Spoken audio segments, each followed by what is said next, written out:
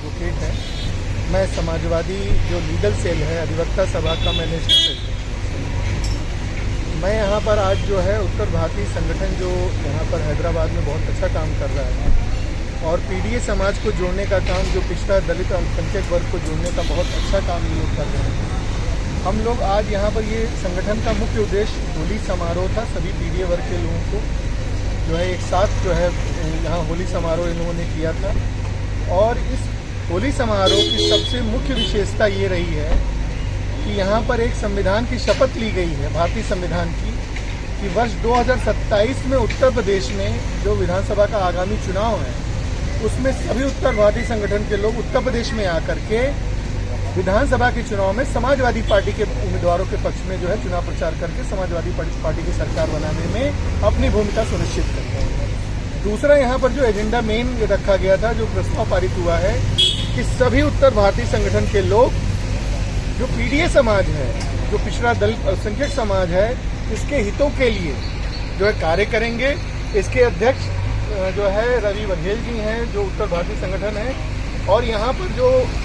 सबसे अच्छा काम कर रहे हैं यहाँ पर हैदराबाद में कृष्णा जी जो है, जो यहीं तेलंगाना हाईकोर्ट में जो है काम लॉयर हैं। इन लोगों ने यहाँ पर एक प्रस्ताव पारित किया है कि जो भी उत्तर भारतीय संगठन के लोग हैं उनकी जो मूलभूत समस्याएं हैं कि कहीं पे काम कर रहे हैं वो लोग, तो उन लोगों को उस पेमेंट का भुगतान नहीं होता है, तो उसकी कानूनी रूप से उनकी मदद करने का काम जो है कृष्णा जी जो है यहाँ पर अपनी भूमिका सुनिश्चित करेंगे। और ये सभी उत्तर भारतीय लोग जो हैं, लगभग 10 लाख के लोग जैसा बताया गया कि हैदराबाद में हैं यहाँ पे, जो उत्तर प्रदेश के विभिन्न जनपदों से यहाँ पर रोजगार के लिए यहाँ पर आए हैं और अच्छा कार्य कर रहे हैं।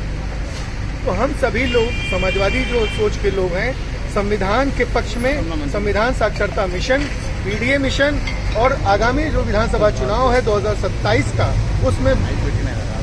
प्रचार करके उत्तर प्रदेश में समाजवादी पार्टी की आदरणीय श्री अखिलेश यादव जी के नेतृत्व में सरकार बनवा करके संविधान की सुरक्षा करने का काम, आरक्षण की लड़ाई को आगे बढ़ाने का काम, आरक्षण को और आगे बढ़ाने का काम, जातिगत जनगणना कराने का काम, और आरक्षण की जो भूमिका बाबा साहब भीमराव अम्बेडकर ने आर्टिकल 340, 341, 342 के माध्यम से और आर्टिकल 21 जो right to life with human dignity का उन्होंने अधिकार दिया है, राइट टू वोट का अधिकार दिया है, जो आज लगातार संविधान की धज्जियां उड़ाई जा रही हैं, उसको खत्म करके संविधान का राज स्थापित करने का काम किया जाए। जैसा तेलंगाना में और उत्तर भारत समाज के लिए एक्टिविटीज को शुरू करने वाले हैं, हम सभी लोग यहाँ पर लोगों को इस बात के लिए जागरूक करेंगे कि संविधान के आधार पर ही आप सभी पिछड़ा दलित अल्पसंख्यकों को अधिकार मिला है। जो भी आपका वोट का अधिकार है, जो समानता का अधिकार है, जो आरक्षण का अधिकार है, जो जीवन का अधिकार, जो आर्टिकल 21 संविधान जो हमको प्रोवाइड कराता है, right to life with human dignity संविधान जो हमको कहता है कि जीवन मानव का जीवन मानव के आत्मसम्मान के साथ, वो अधिकार केवल और केवल भारतीय संविधान बाबा साहब भीमराव अम्बेडकर ने जो हम लोग को दिया है। हम जो इस देश की 90% आबादी हैं, इन लोगों का अधिकार केवल और केवल संविधान, तो अगर हम लोग संविधान के पक्ष में खड़े हैं तभी ये सुरक्षित रह सकता है। और ये पूरी तरीके से संविधान के प्रति लोगों को जागरूक करने का कार्यक्रम है। और एक देश एक चुनाव के लिए, एक देश एक विधान, एक देश एक चुनाव।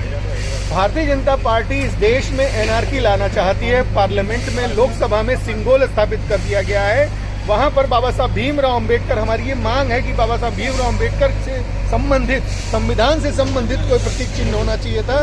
आदरणीय प्रधानमंत्री श्री मोदी जी ने जो वहाँ सिंबल स्थापित कर दिया है, वो पूरी तरीके से राजतंत्र का प्रतीक है। और ये इस बात का प्रतीक है कि आने वाले समय में अगर भारतीय संविधान, अगर हम लोगों ने उसके लिए लड़ाई नहीं लड़ी, अगर इसी तरीके से फासिस्टवादी शक्तियां अगर फिर से पावर में लगातार आती जाएंगी, तो भारत से भारतीय संविधान खत्म हो जाएगा। और सिंबल उसका केवल एक उदाहरण है, एक सिंबल है। और बार बार जो बात उठ रही है कि एक देश एक चुनाव, ये भारतीय जनता पार्टी वही पार्टी है जिसने उत्तर प्रदेश में 7 विधानसभा जो उपचुनाव होने थे, मिल्कीपुर का चुनाव उन्होंने रोक करके केवल कुछ जगहों पर चुनाव है। मिल्कीपुर का चुनाव अकेले चुनाव करा करके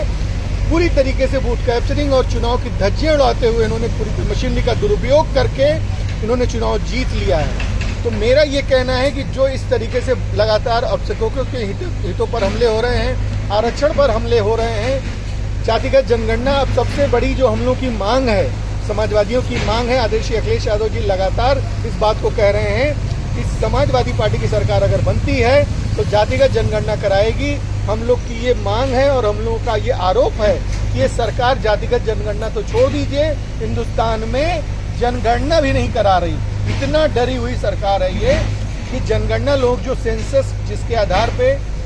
आप पॉलिसीज बनाते हैं कि कितने लोग इस देश में रहते हैं, किस किस वर्ग के लोग हैं, और जो पिछड़ा वर्ग है, अल्पसंख्यक है, दलित है, अगर पॉलिसीज आप बनाते हैं, उनके वेलफेयर की जो पॉलिसीज आती हैं,